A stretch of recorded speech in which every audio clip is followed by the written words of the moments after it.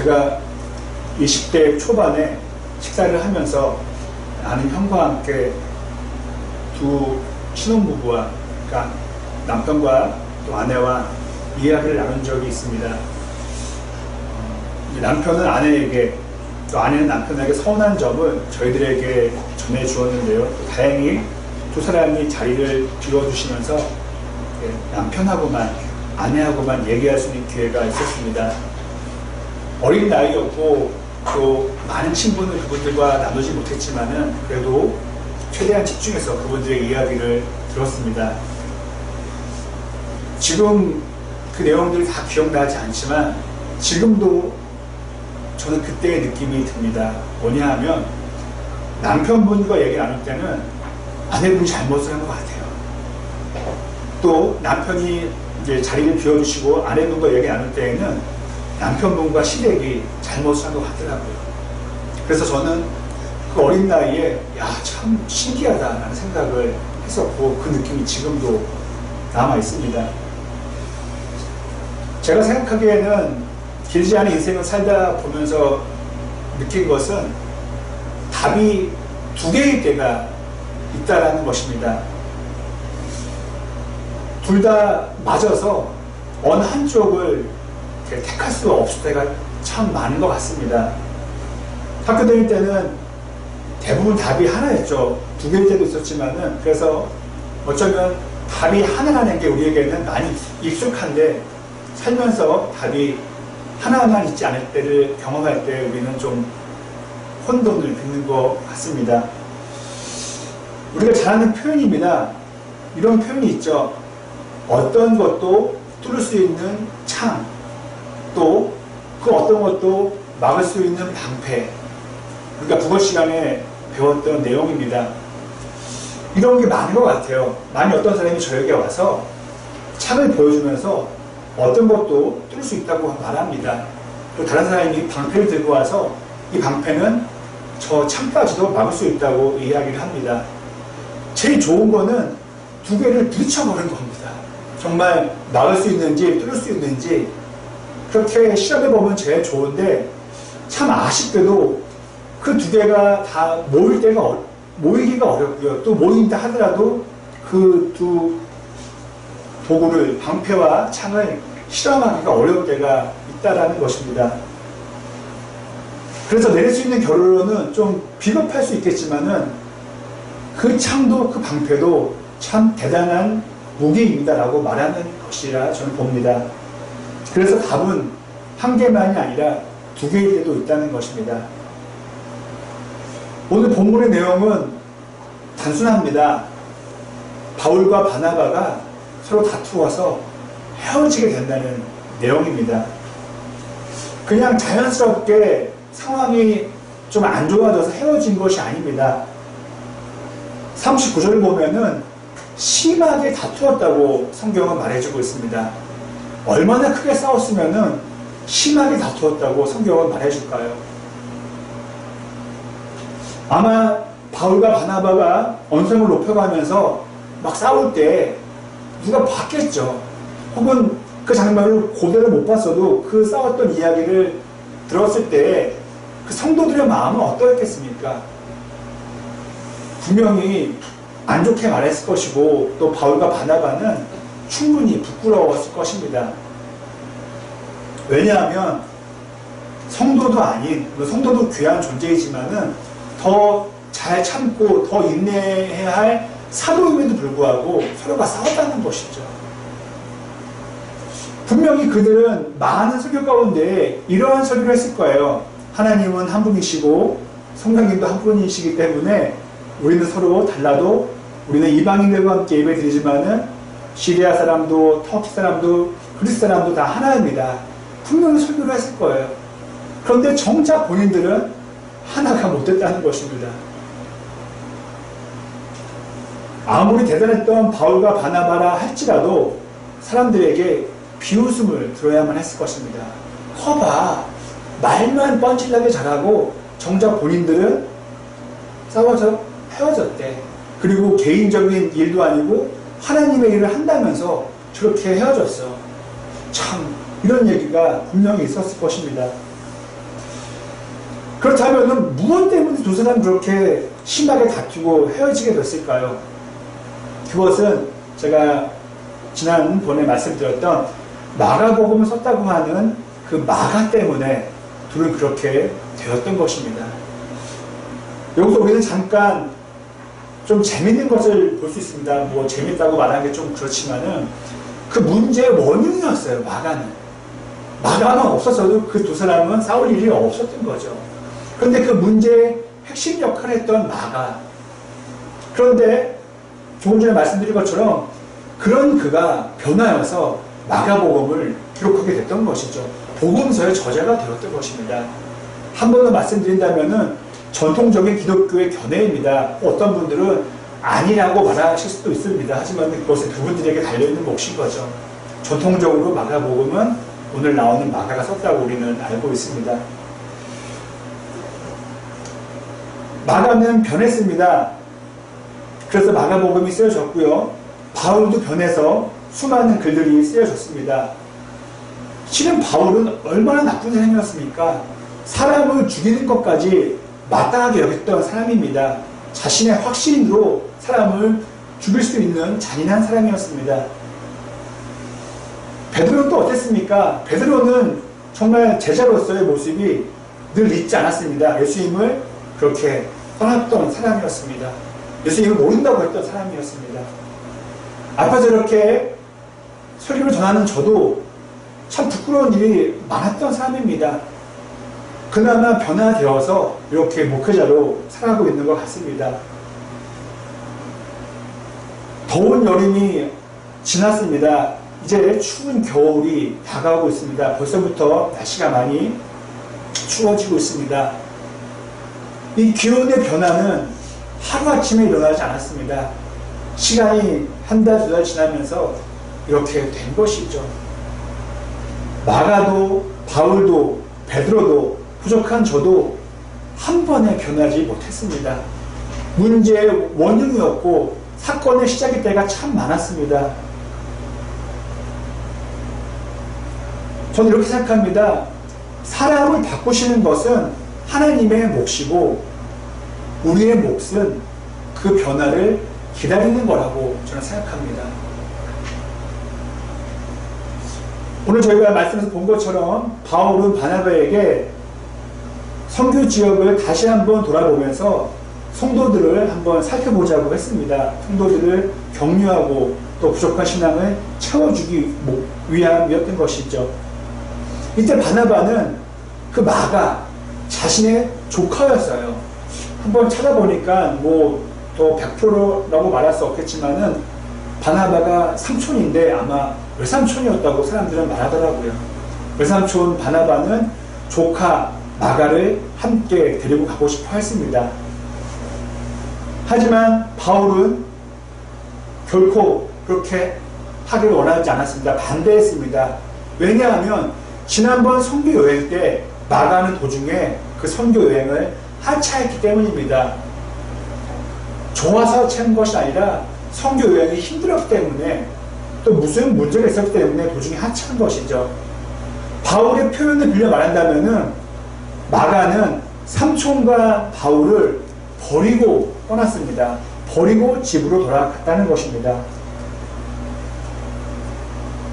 우리는 바울과 바나바의 입장을 한번 연극처럼 꾸며서 생각해 볼 수 있습니다. 제가 한번 이런 생각을 해 보았습니다. 바울의 입장에서는 그때 포기했던 사람을 다시 한번 또 데리고 가면은 그 한 사람의 문제만이 아니라 우리 일행 전체에게 안 좋은 영향을 미칠 수 있습니다. 우리의 그런 사기를 저하시킬 수 있습니다. 마가는 그때도 부족했고 지금도 부족한 사람입니다. 우리에게 도움이 안 되고 오히려 우리의 선교 여행에 해가 될 사람입니다라고 그는 말했을 것입니다. 바울은 바나바에게 말이죠. 그리고 아마 바울은 이 한마디를 더 했을 것 같습니다. 바나바, 조카라고 그렇게 편들면 안 됩니다. 저라면 이 한마디를 했을 것 같아요. 가족이라고 품지 마십시오. 이것은 하나님의 일입니다. 바나바도 바울에게 다음과 같이 아마 얘기했을 것입니다. 사도 바울, 처음부터 잘하는 사람이 어디 있습니까? 다 노력하고 실수도 하고 변화되고 다 성장하는 것 아니겠습니까? 이번 선교 여행에서는 아마 마가가 지난번과 달리 잘 해낼 것입니다. 내가 옆에서 적극 돕겠습니다라고 말했을 것입니다. 그리고 바나바 역시 이 한마디를 더 남겼을 것입니다. 바울, 당신의 옛 모습을 생각한다면 이렇게 말해서는 안 됩니다. 당신도 과거에 참 잘못된 모습이 많았는데 변화되어서 이렇게 전하고 있는데 어떻게 마가를 그렇게 단정 지을 수 있겠습니까? 그렇게 말할 수 있었을 것입니다. 그들이 기도를 안 했겠습니까? 그들이 금주를 안 했겠습니까? 이 문제를 해결하고자 많은 노력을 했을 것입니다. 옆에서 마가 또한도 기도했을 것입니다. 삼촌의 마음과 바울 선생님의 마음이 하나가 되어서 자기도 함께 이번 선교여행을 참여하기를 바랬을 것입니다. 그러나 결국엔 그들은 화해하지 못하고 하나 되지 못하고 갈라서게 되었습니다. 더 이야기를 제가 앞당겨서 말씀드린다면은 그나마 너무 감사하게도 바울과 마가의 관계는 거기서 끝나지 않았습니다. 골로새서만 보더라도 바울과 마가는 함께 사역을 감당했습니다. 좋은 사도와 좋은 제자가 되었던 것입니다. 그리고 마가는 사도 베드로에게도 많은 칭찬을 받았습니다. 성경에는 아쉽게도 기록되어 있지 않지만은 마가도 그러했다면은 분명히 바나바와 바울 사이도 관계가 회복되었을 것입니다. 옆에서 마가가 가만히 있지 않았을 것입니다. 삼촌과 바울 그 가운데서 많은 노력을 기울여서 그들을 다시 화해하고 연합하게 도와주었을 것입니다. 그리고 더 나아가서 바나바와 바울은 마가를 봐서라도 서로 악수를 했을 것입니다. 저는 예전에 몸이 참 많이 아팠을 때 정말 밤낮으로 간절히 기도했습니다. 항상 자기 전에 성경을 읽고 제 머리 맡에 성경을 두고 때로는 성경을 베고 잘 때도 있었습니다. 어떤 분들은 웃으시겠지만은 사람이 정말 아프고 간절해지면은 그렇게 좀 유아틱한 모습을 보이게 됩니다. 우리 성경을 벤다는 것은 유아틱하다고 단정 지을 수 없지만은 좀 어떤 분들에게는 좀 이상하게 보여질 수도 있기 때문에 그렇습니다. 그만큼 하나님을 의지했던 것이죠. 하지만은 그렇게 간절히 기도했어도 제 기도는 이루어지지 않았습니다. 그리고 4년이 지난 후에야 기도의 응답을 받게 되어서 몸이 깨끗이 다 낫게 되었습니다. 조금 전에 말씀드린 것처럼 바울과 바나바, 마가는 모두 간절히 기도했습니다. 그러나 기도의 응답은 없었습니다. 하지만은 시간이 지난 후에 그들의 기도의 제목은 응답을 받았던 것이죠. 저는 제 개인적인 경험으로 우리의 기도가 곧바로 응답되어지지 않더라도 훗날 응답되어지는데 그것은 다 뜻이 있기 때문에 그런 기도의 응답이 늦춰진다고 생각을 합니다. 혹 기도가 거절된다 하더라도 다 뜻이 있기 때문에 우리의 소망이 거절될 수도 있다는 것입니다. 기도가 다 이루어지는 것은 아니라고 성경은 분명히 말해주고 있습니다. 예수님의 기도도 거절되었다는 것을 우리가 알아야 합니다. 바울과 바나바 그리고 이 마가 이 세 사람은 갈등과 분열의 시간을 겪었습니다. 힘든 시간이었습니다. 그랬기에 서로를 더욱더 깊이 이해하고 사랑으로 연합할 수 있었던 것입니다. 제가 최근에 텔레비전에서 드럼을 만드는 장면을 보았습니다. 늘 궁금했어요. 과연 드럼을 어떻게 만들까? 나무가 동그랗지 않은데 어떻게 동그랗게 만들까? 아시는 분은 아실 것입니다. 보니까는 다풍나무가 좋다고 하더라고요. 드럼을 만드는 데 있어서. 다풍나무를 이렇게 넓적하게 자릅니다. 자른 다음에 물을 먹이더라고요. 그리고 좀 내려두면은 얘가 이제 물을 먹어서 부드럽게 바뀝니다. 그래서 그 나무를 빳빳한 나무가 부드러워져서 동그랗게 말고요. 또 그 접착 부분에 그 본드 같은 것을 발라서 무슨 붙게 합니다. 그리고 이것이 한 번에 붙지 않더라고요. 한 3일인가 어떤 기계로 이렇게 맞물려 놔서 그 시간 동안 붙게 만듭니다.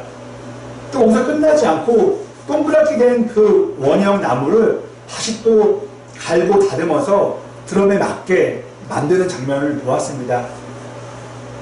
만일 그 나무에 물을 먹이지 않고 동그랗게 만들려고 했다면 어떻게 됐겠습니까?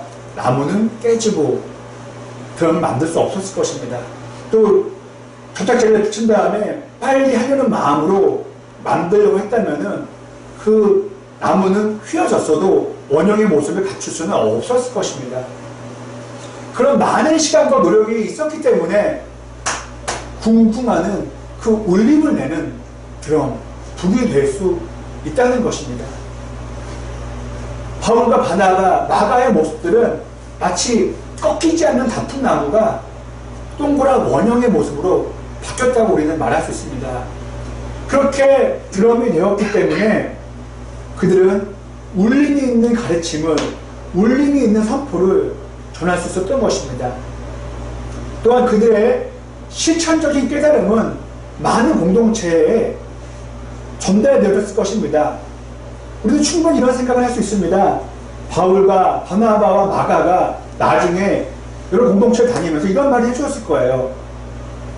여러분, 우리도 한때는 나와 바울과 마가는 한때는 사이가 안 좋았어요.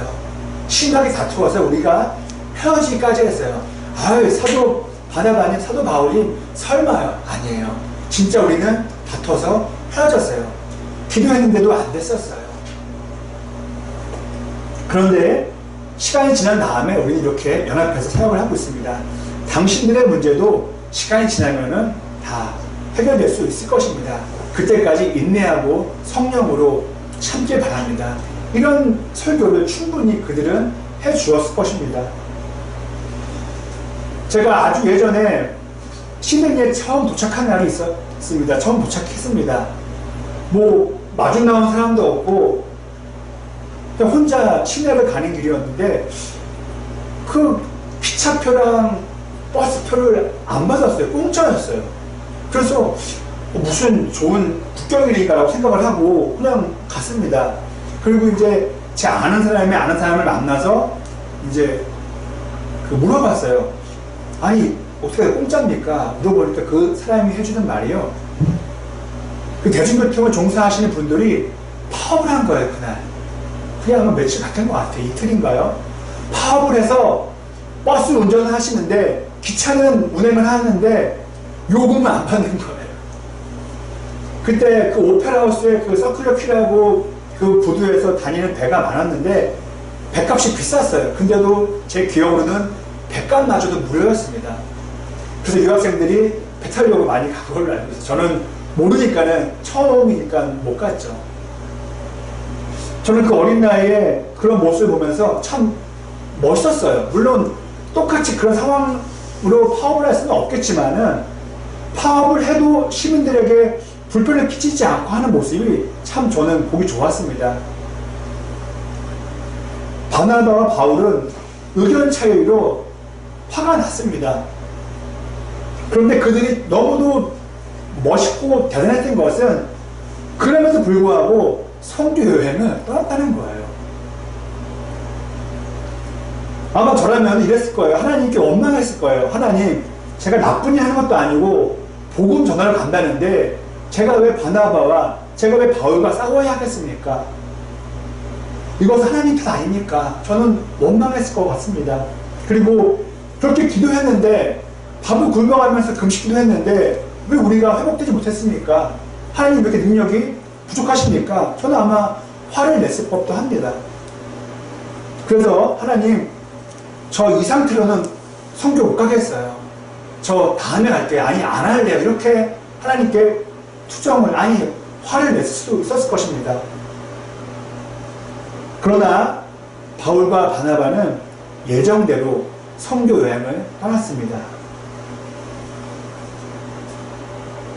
오늘 본문을 통해 우리가 배웠으면 하는 게 있습니다. 그것은 먼저 바울처럼 신앙심이 깊고 바나바처럼 그렇게 마음이 넓어서 모든 사람들을 품을 수 있는 인격이 있다 하더라도 성격이 상황이 달라서 하나 되지 못한다는 것입니다.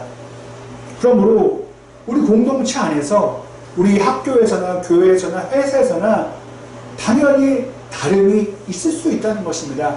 가족 가운데도 남편과 아내 사이에도 다름을 인정해야 한다는 것입니다. 또한 갈등과 분열이 생길 때 교회 공동체에 그런 어려움이 생길 때 우리는 늘 이런 생각을 합니다. 왜 교회에서 갈등이 일어나야 될까?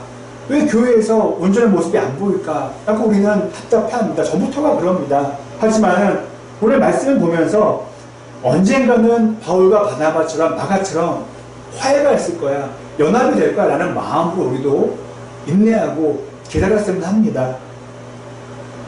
그리고 우리의 일이라면은, 내 사업이라면은 멈출 수 있어요. 아유, 못 해먹겠다. 아, 나 그만둘래. 이런 마음 충분히 들 수가 있어요. 내 일이니까요. 하지만은 우리가 하는 선교를 비롯한 이 교회의 일은 우리의 일이 아니라 하나님을 위한 일입니다. 그렇기 때문에 하나님을 위한 하나님의 일이기 때문에 우리는 어려움과 힘든 것이 있어도 바울과 바나바처럼 우리에게 주신 사명을 감당해야 한다는 것입니다. 하나님의 일은 우리에게 비즈니스가 아니라 미션인 것이죠. 하나님의 부탁인 것입니다. 우리가 그렇게 할 때에 오늘 본문에 나오는 41절의 말씀처럼 우리의 공동체는, 우리의 신앙 공동체는, 우리의 교회는 튼튼하게 세워져 갈 것입니다. 교회만이 아니라 우리의 가정 공동체도, 우리의 사는 삶의 공동체도 튼튼하게 세워져 갈 것입니다. 그리고 그 아름다운 성장 위에 하나님께서는 복을 내려 주실 것입니다.